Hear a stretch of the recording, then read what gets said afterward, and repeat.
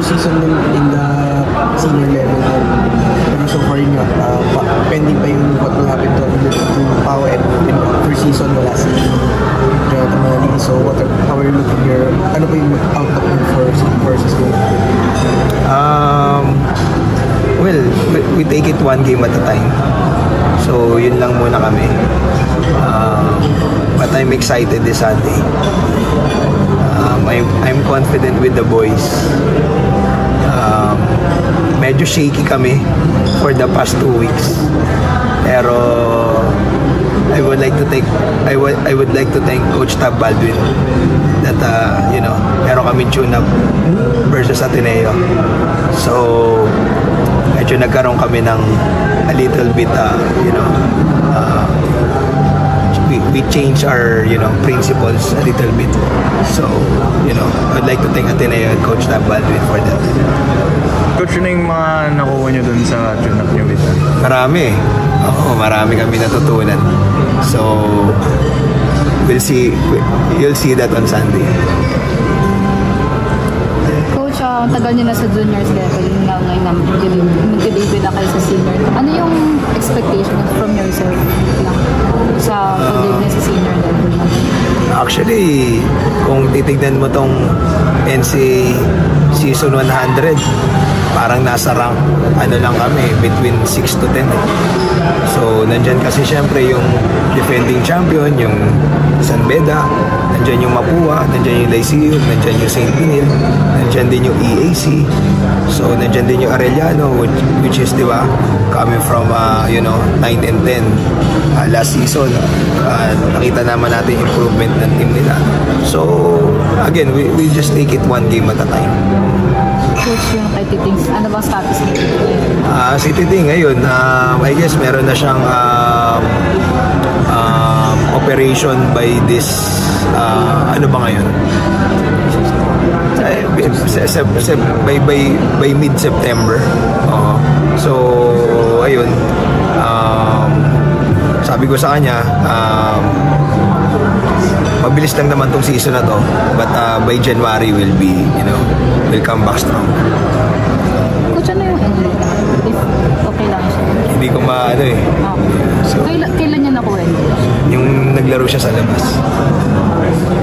Tapos kailan niya nalaman, Coach, na out na siya for the season? Last week. So Coach, niro-roll out po natin yung mga sinasabi na hindi raw eligible for season 100. So ayun, yun ay napag-usapan namin ni Jonathan na we'll see you on season 100, but at the same time syempre hindi naman pwedeng pabayaan na porket wala pa siya this season magpapabaya siya. Coach, sino naman siguro yung papalit or mag-step up in the absence of Jonathan kasi na syempre inaasahan na pwede siya sana na yun kasi yung nag-enjoy ito. So sino na po mag-step up in his absence sa team? Nandyan si Edsel Galoy, nandyan si titignan ko rin si Jimbo Estrada, and then Nathan Montesino. So yun yung possible na pumalit kay Jonathan. Pero syempre, 'di ba, iba pa rin si Jonathan yung playmaking skills or playmaking abilities niya. But ayun, I guess ma-overcome naman yun or mako-complement naman yun ng mga ibang kasama niya. Coach, hindi naman sa nag-aano tayo ng certain expectations, pero maasahan po ba ng community na may improve na from that disaster season? Sama ko naman ako. Lagi kong sinasabi sa kanila yung legacy nila as a basketball player and as a person. So hindi matatawaran yung paano sila maglaro, yung paano sila magpakamatay, yung legacy nila habang naglalaro sila. So ito yung best time to cherish the moment na mapakita nyo yung from last season na ma-redeem nyo yung nangyari from last season. So but yun lang, I cannot promise anything. So as I have said, di ba, I guess going to the season we're just ranked between 6 to 10, but we'll take it one game at a time. Yun, talagang lalakas ng kalaban namin so yun lang. Una, yung